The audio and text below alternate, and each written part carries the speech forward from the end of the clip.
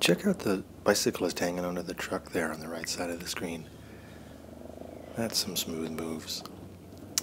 The highway traffic in Colombia is kind of like madness. There's one road in each section, and all the trucks have to take it, and you grind along barely at idle in first gear for literally hours.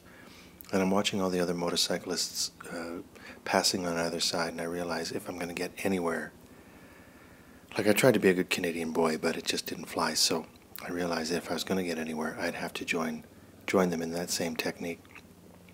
And once I started to do it, I was actually making some headway, because this line here was sitting there for, I'm not kidding, literally like 17 minutes with no motion. I didn't know if there was an accident or what was going on, but so I would start to pass on the inside and on the outside too, but I don't have as much video of that actually. Anyway, aside from the effort required to drive on these highways and lane split and whatnot, the actual mountains of Colombia are gorgeous. Anyway, as it turns out, the reason it's also slow is that there's a toll.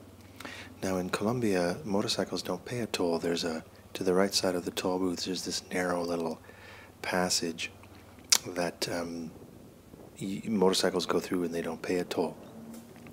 So anyway, I'm just, like I said, this is an encapsulation of, what was it, 7 hours of this sort of thing.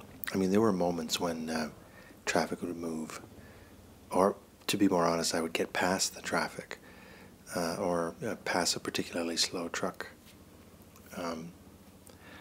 Anyway, there was just some amazing stuff. I mean, this is the toll booth here, and I'm trying to squeeze by one truck and then another, and as it turns out, my right side pannier was so big, or maybe I was just a little bit too far to the right side, but you'll see my pannier hits the rail and there's a little bump right there, and these guys were smiling at me.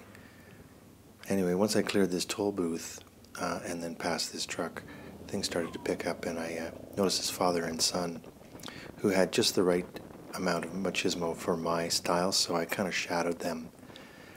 And we went up, and as it turns out, the pass was at 11,000 feet, so far that's the highest. Unfortunately, the video footage up in the clouds, it didn't work, so that's all you get.